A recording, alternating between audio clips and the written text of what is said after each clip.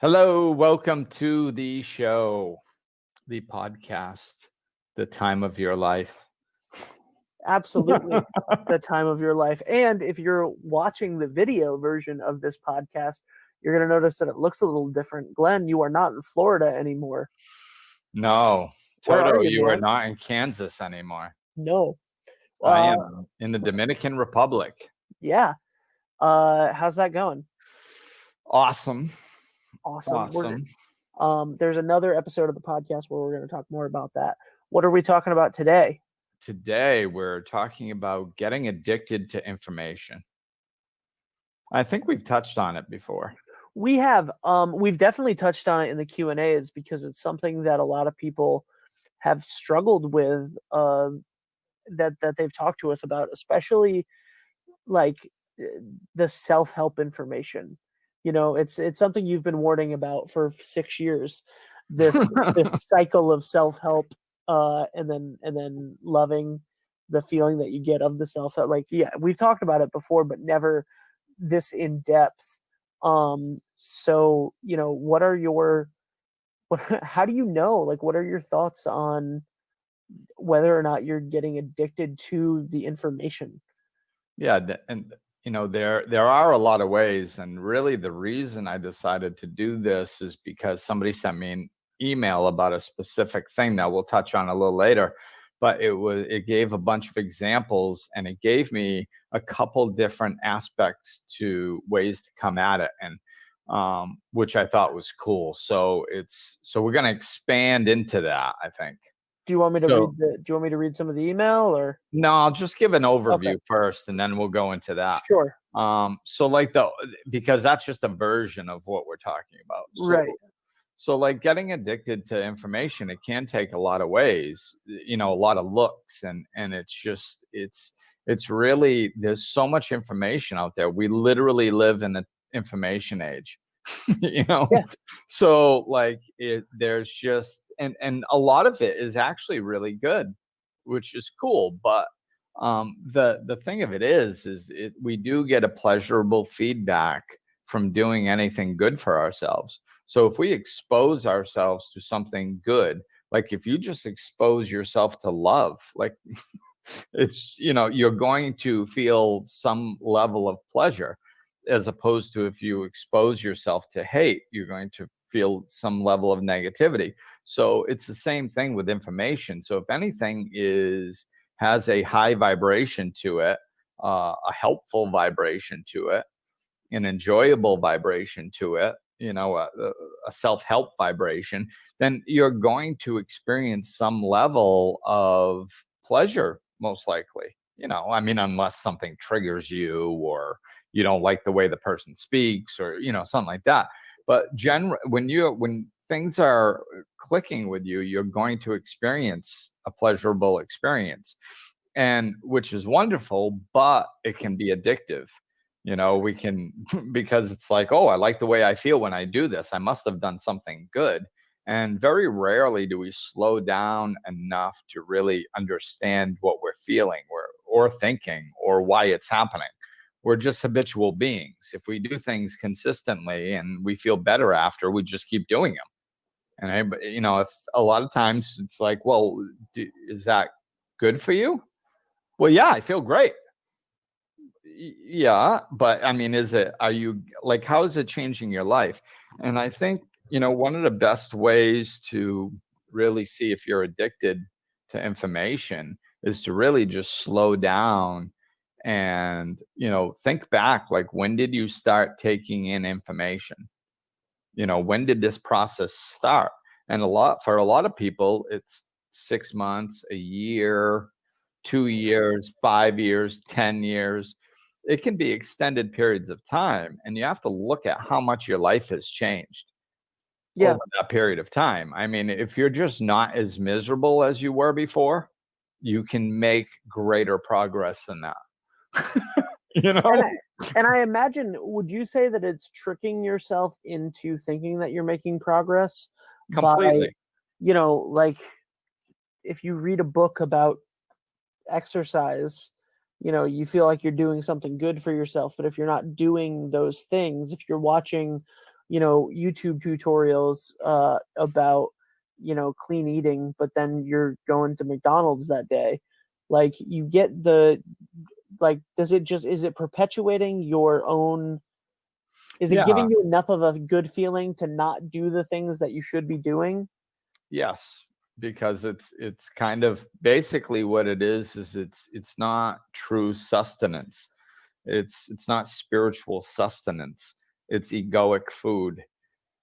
So, like, I mean, not all aspects of the ego are bad, and it's not this evil thing. It's just kind of how we run when we're running unconsciously. It's egoic. So when you're functioning egoically, it means you're functioning unconsciously. You're really not aware of what you're doing, why you're doing it, and on a deep level. So it's, I don't want people to think it's a complete negative connotation. You're not feeding your ego like you think you're better than everybody. You're just feeding your ego so to give yourself pleasurable feedback. And what that does is it obviously minimizes your suffering. So, like, if you and suffering is usually the thing that drives us towards large change, not because it has to, it's just because we don't pay attention to anything else. So, if we're suffering greatly, then usually that pushes us to actually make active changes and implement new things into our lives and change. But if if you can go have a bad day and every time you're feeling uncomfortable, you just take in a little bit of positive information and then you go, oh yeah, I'm doing something good for myself, or oh yeah, that was a really nice way to look at that. Oh, I feel better. And it's just a momentary, it's like sugar, it burns off real quick. So so then what do you have? Well, then you have something that you need to give more fuel to. So, like, oh, then you start feeling down, I don't feel good, and then you just take in more. Oh yeah, oh, I feel better. So you never suffer long enough to go, hey, I really need to change my life. You just get caught up in that addictive cycle. Yeah. Now, how do you break out of that cycle? How do you actually do the work? How do you get out of, the Awareness. because when it feels good, you want to keep going, like, right? That's something that you've talked about since the beginning of this podcast is when something feels good, we don't feel the need to change it. Right. We do what works on some level. It's just like, I think alcohol is a good example. Everybody thinks alcohol is the problem, and alcohol is actually a solution. It's not a problem. The problem is that it's a crappy solution. So, so when somebody is addicted to alcohol, they're taking in alcohol because they're maladjusted to life. They're not interacting with life in a way that is pleasing to them, and they anesthetize themselves so they don't feel the pain and the suffering. So like, the problem is that you're not living your life properly, and you're not you're maladjusted to it. You don't really understand how it works and stuff like that. So the problem is you're maladjusted to life. The solution is alcohol, which makes you not feel the suffering of the fact that you're not interacting with life well. So, and it prevents you from feeling all the suffering. So it does its job. It solves the problem. You don't feel the suffering. So you're like, okay, good. But the problem is alcohol can destroy everything else. It can destroy your body, your relationships, your life, your job, it can destroy everything else in the process, but it still does solve the problem, the initial problem to some degree. So, this is the same thing. It's like we can get addicted. So if you slow down, the answer is always awareness and slowing down. So if you slow down and disconnect from, yeah, but it feels good. Well, maybe you shouldn't. Yeah, but it feels good. I feel good. No, it's good to take in information. No, it's good. It's good. Yeah, but no, it's good. Like, stop for a minute, slow down, disconnect. We know it feels good. And there is even pleasurable aspects from taking in information. But we're in a culture that thinks if a little is good, more is better. And that's, And again, alcohol is a good example. You know, not always true. So, like, if you slow down and go, okay, well, am I just anesthetizing myself to get through and not actually making any life altering changes? Has my life actually changed? Or am I just not aware of the suffering that I'm in so much? You know, then if you can slow down and notice that if your life really hasn't changed, then you're not implementing what you think you're learning. You're just anesthetizing yourself with information, you know. The other piece, I think it's important to understand that this is how our brains function, because this is how society functions, you know. So we're just used to doing stuff like this. Like when you go to school and they teach you how to do math, or they teach you English rules and how to write properly, or whatever you learn, it's linear, and they teach you this and then this and then this, and then you know how to do it and you're good. And then they go, okay, you're good. And they send you on your way. And there's a graduation date and everything, you know. But life isn't like that. There is no graduation date. And there's nobody telling you you're done, you know. So like, you can take in information forever. This is why I did that podcast years ago about be who you're becoming. Stop and be who you've been working so hard to try to become. You know, so we have to be taking in this information and implementing it. And if you're taking in information from 10 different teachers, it's confusing. It's because there's so much overlap in spirituality that you can come in the same topic in 30 doors. And to understand the concept, you don't have to know all 30 doors. Like that's not important. It's not linear like learning things on this plane. It's spiritual. All it is a doorway into a room. Once you're in that room, you're good. You don't need to go explore why other people use the other 29 doors. It doesn't matter. You're in the room. You got there. Like, implement it, you know? So, but people get addicted to learning new ways to get into the same room. And it's like, yeah, but the point is to get in the room, you know, and you're there. So from there, you can start living your life differently. And that's what really changes everything, you know? So that, I think that's one of the reasons why we get addicted to the information. And the other aspect that I've seen is where people unconsciously, people think that there's a key. Like they think if they're not happy yet, then it's because they're missing information. And that's not why you're not happy. If you're not happy, it's because you haven't implemented information. It's not because you don't have it or you're missing the right piece most often, especially if you've been studying this stuff for a while. If you've been learning about it, of course, it can be a learning curve. You could take a little while to take in some information. But at some point, you got to draw the line and just go, like, I have to stop. You're never going to learn enough to make you happy. It doesn't work that way. You can take one piece of information, implement it, and become happier. And then take another piece of information, implement it, and become happier or more peaceful or whatever. But you're not going to someday acquire 6,322.5 pieces of information and then you'll be ready. Like then, you know, and then all of a sudden you'll wake up one day and go, oh, that podcast I listened to last night must have been the last piece because I woke up just exhilarated today. Finally, I've done it. What role what role do coaches and therapists and trainers and doctors and stuff, like influencers, what role do they play in the perpetual nature of this, both in perpetuating it and then also in stopping the perpetuation of it, right? So like, when people sign up for a life coach, is the thought that you're going to have a life coach for the rest of your life? by signing up for it? Is the thought that there's a part where I have enough information and I want to go on? Is there a part It's where not all you're that. constantly, you know what I mean? Yeah, Like, I know what you mean. It's really about the way the counselor, therapist, psychologist, psychiatrist, life coach, spiritual teacher, whatever, it's how they work, and which is usually based on their belief systems, not on their title.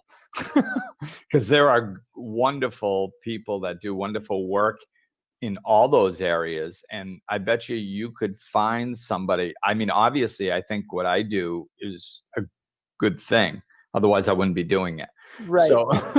So, but I guarantee you could find people with every one of those titles that I mentioned that work very similar to the way that I work, that have different titles, but I'm called a life coach or a spiritual teacher, so it doesn't matter what the title is. It matters how they work. And I think that, one aspect, I think people have to be very, self-help is really fashionable right now. Like before, like if you told somebody you're going to a therapist, they'd be like, you're going to a head shrink? What are you, crazy?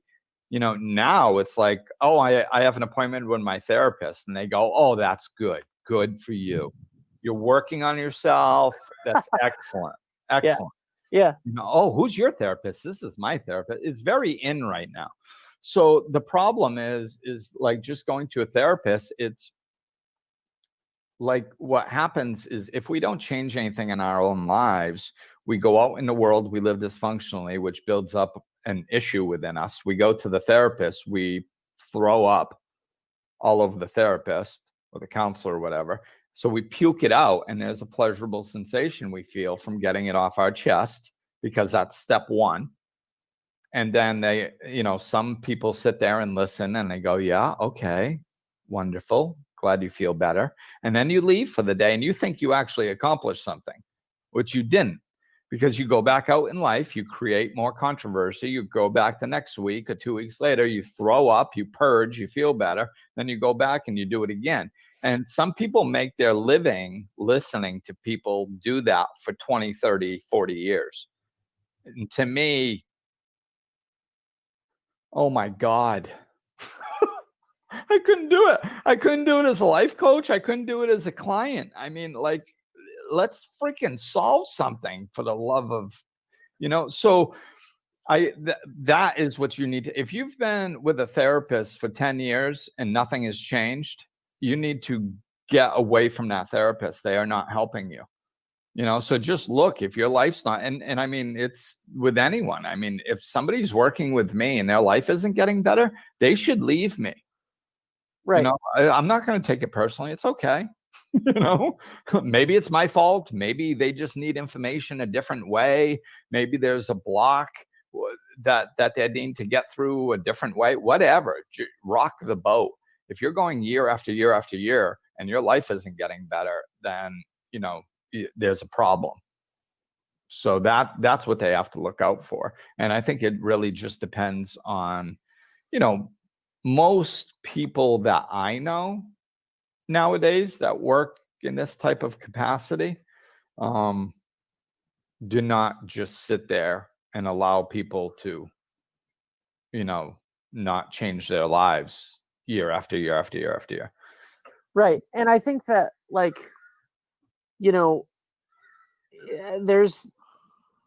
there's the accountability. Like, you're not working on, I know, like, from my experience working with you and whatever, you're not working on the same thing year after year. You're not, like, if there's no progress, taking on new information is great. Like, you always say on the podcast, like, there's like 11 spiritual laws at the foundation of everything, and everything else is just like stuff that you build on top of that, or details. But like, your there's nice accountability in it, but it's not getting the, I think that this is why a teacher is better than a video, and a teacher is better than just a podcast, because right. There's some accountability of it compared to the addiction information loop. Right. And you can get called out on your stuff. Yeah. Like, like if somebody, and there's a feedback. So like if you take in it, if we're having a conversation and I say something and you go, oh yeah, I'm good with that. Right. And I go, no, you're not. Exactly. That's a big point. Whereas if you're watching a video, you can be like, oh, I got that. Yeah, that's exactly what we tell ourselves when we don't want to look at something. So a life coach getting to know you personally, yeah, it's very helpful. And I think guides, teachers, and stuff like that, I think are wonderful to have. I think they, I didn't have one early in my journey. I mean, I had one like the first year, and then I didn't have one for many years.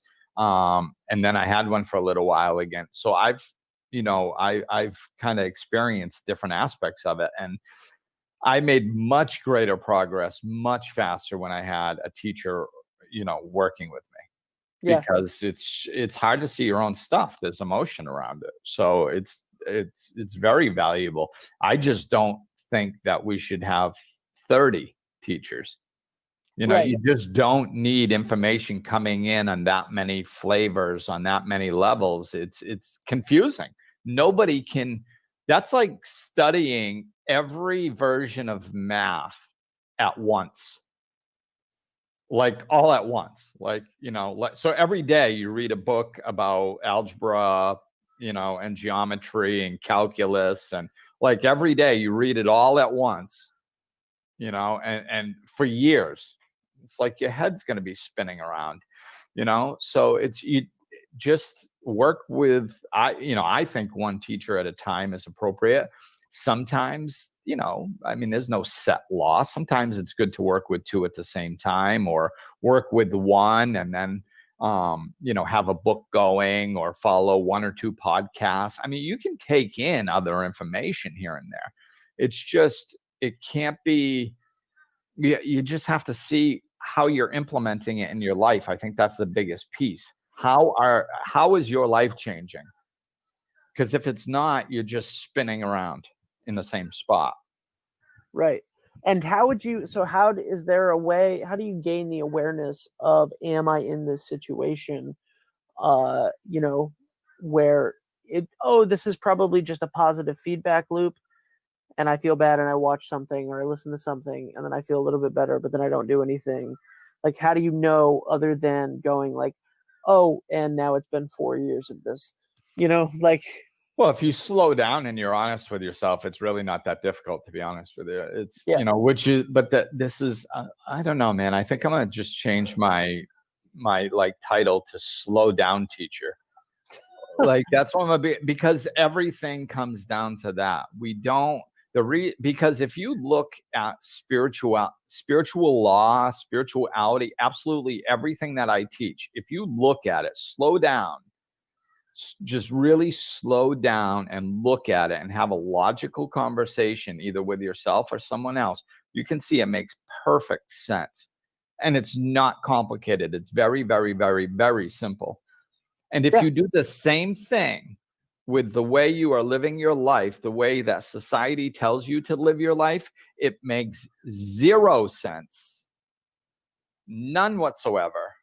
And it's very simple. It's foolish. Most things in our lives that society has told us to be doing are ridiculously foolish. And it's not, so one makes sense and one is completely foolish. It's really not that difficult if we slow down and look. So, so if you're doing something that like is just repetitive and you're not getting much out of it, your life isn't improving. How do you know? You just stop and look at it and you go, am I doing something repetitive that's not improving my life?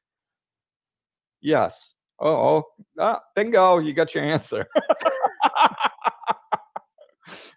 Or you go, no, I think my life is improving. Oh, well, logically, what's the next question that comes after that? Well, how would I know? How would I know if my life is improving? Well, you look at your life and see if it's getting better. That's how. So you look at your life, and if you can go, oh, well, this is better, and this is better, and I implemented this here, and that's better. Oh, my life is getting better. Bingo, you got your answer. So it's official. The new name of the podcast is Life Lessons in Laughter with Slow Down Coach Glenn Ambrose. Slow down, coach. If you guys are watching the video of this right now on Facebook or YouTube, then you can see that there's a graphic as well. All right. So how do you tell your friend that you think that they might be addicted to positive information? Gently. Okay. Yeah, just slow down.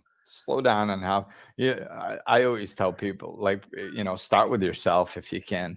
Like, if you can find, and I don't believe in lying, but I think most of us, if we look at our lives honestly, we can find a way that we have done the exact same thing. So you just use yourself as an example. Hey, you know what I realized? I was doing this, and I was just addicted to the information. And sometimes they'll pick up on it and go, wow, that's interesting. I think I'm doing the same thing.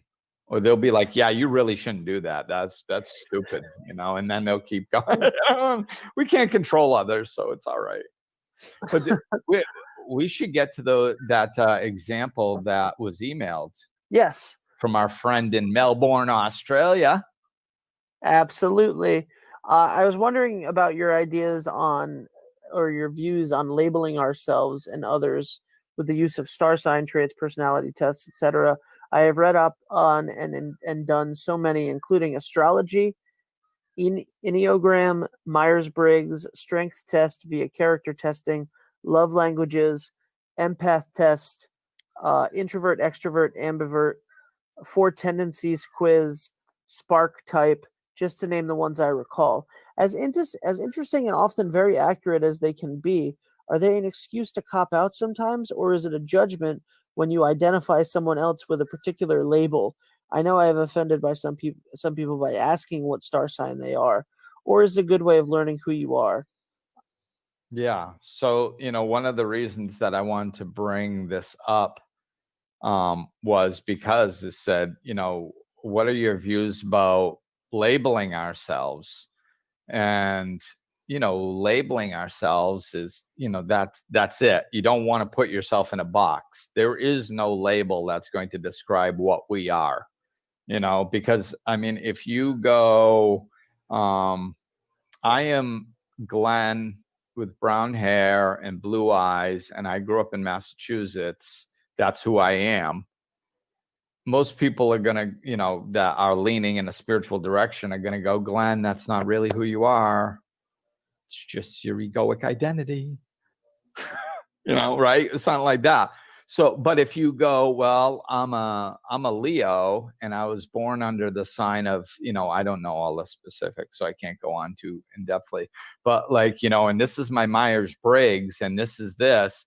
And then, some people are going to go, wow, you've done a lot of work on yourself and you're very insightful. No, it's just another label. It's just another, it's just another way to try to put yourself in a box, and because we're looking to feel comfortable and to feel safe. So if we can label something, generally that makes us feel like we know what it is. And if we think we know something, then we're like, oh, okay, now I can relax. Because not knowing is very uncomfortable for a lot of people. And that's what we need to try to reverse. Not knowing is the best thing ever when you get comfortable with it. I'm a Libra INFP. Okay, congratulations. That I told me nothing about I don't know. I have no idea. I have no idea what that means. So people seem to think it's accurate. There like some of this stuff can be accurate, but a lot of these tests have 4 letters in it. Okay, well that's 4 different character traits. So you can have 2 people that have the same 4 letters that are a little more of one letter than the other letter, and there's millions of combinations and gray area as in each letter, next to each letter, as to how much of them you are as that. So it's and the astrology, okay, well, before, years ago, it was like, oh, I'm a Leo, this is who I am. Now it's a Leo born under the sign in a setting sun of a moon and at the certain time and the like, and I'm not like making fun of any of this stuff. I think that there's some validity to it, but what it is there's so many aspects of it. You can't just sit there and if you ask an astrologist, I think that they would probably say that I'm right. If you say, okay, well, if you just minimize all of astrology and say, Glenn, you're a Leo, so you're just like every other Leo, you would not be getting the full picture. I think astrologists would agree with me on that.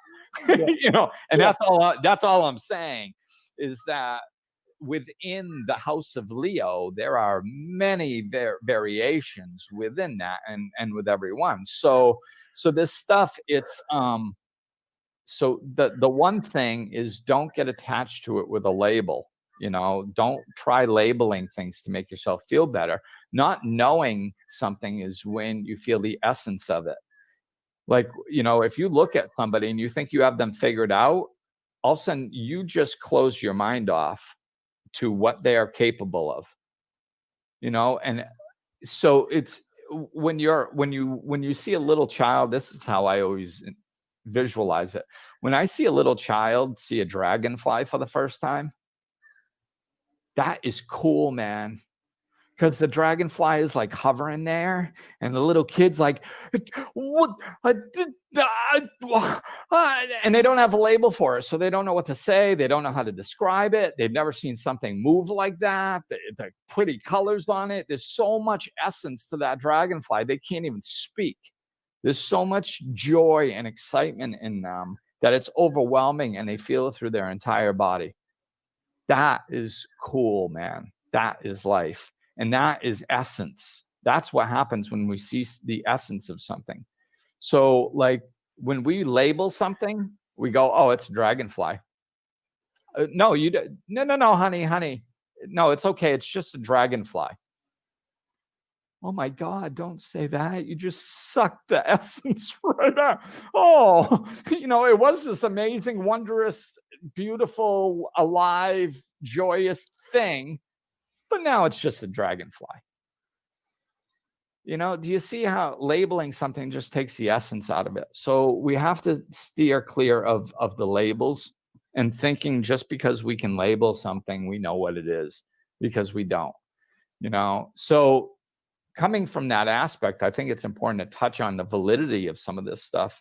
I think that I've been around this game too much and too long to think that there's no validity to the stars and the planets.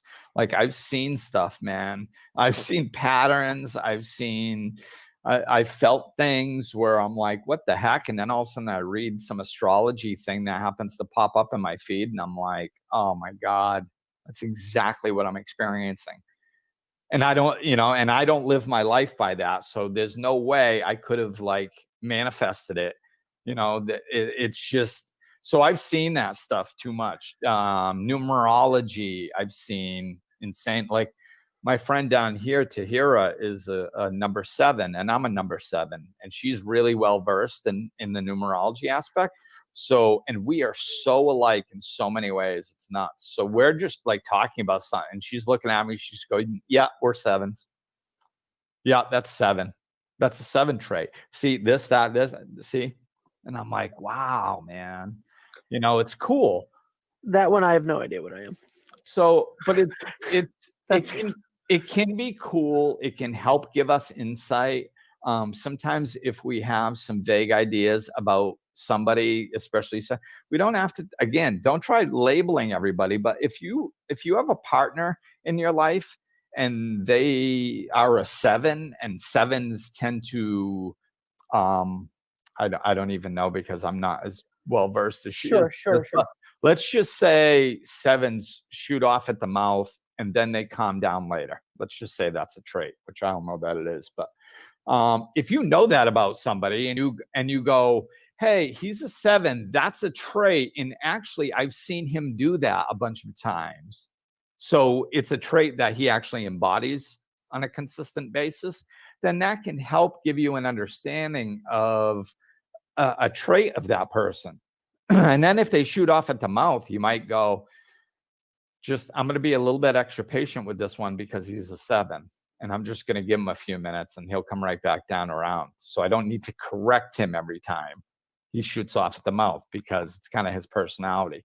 So in ways like that, if we use this type of information to interact and we hold things loosely, we tend to, again, we try to grab onto things like it's the answer or the key, or once we know, we can relax. No, when we don't know, we're never going to know. And it's sometimes a 7 is going to act like a 5, and that's going to throw your whole system off. Yeah. So don't attach to it too tightly. That's what I mean. And I wanted to touch on her because I know we got to be getting close to time, right? We're 7 minutes over almost. Oh, okay. So yeah, I want to just touch on that last aspect of what she put. So yeah, as accurate as they can it be an excuse or a cop-out sometime? Yeah, if you overly identify with somebody with a particular label, it can be a problem. Offending people by asking what star sign they are, that sounds like it's their problem.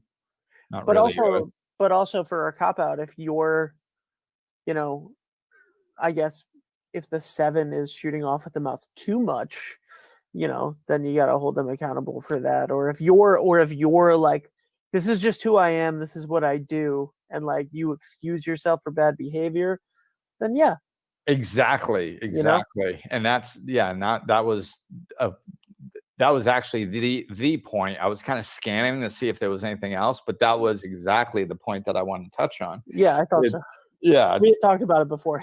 I was leading you back. So the cop-out, it's like, yes, it can totally be a cop-out.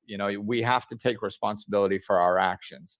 And, just because like if I shoot off at the mouth too much, well, then I think balance is a good way to find peace. So yeah, maybe I'll always lean in that direction too much. Yeah.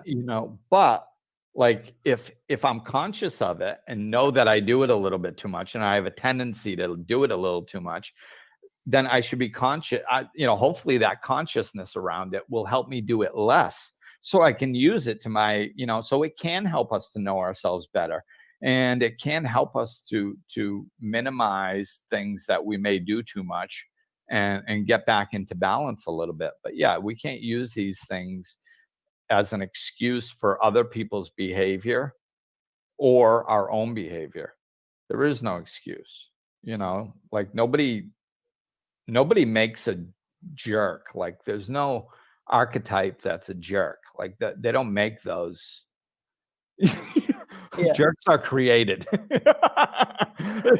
Jerks are earned, like so yes, we cannot lean on it as a cop-out. So I think the overall, to sum it up, is information can be good. Learning about yourself through archetypes or in astrology or numerology or other things, it can be good, but just hold it loosely, man. There is no replacement for going within. Going within is where you find the true answers. Yeah, make that a quote, dude. Is that what you're doing? You're writing it down? Yeah. There's no replacement for going within. So don't attach to things. Hold things loosely, and you can use them to benefit yourself a little bit, but don't use it as an excuse or latch on too tightly, So Wonderful. There. Yep. And if you want somebody to help you be accountable for that stuff, check out glennambrose.com. Yeah, I might know a guy. Me too. All right. Thanks, everybody. Say goodbye, Glenn. Thanks, everybody. Talk with you soon.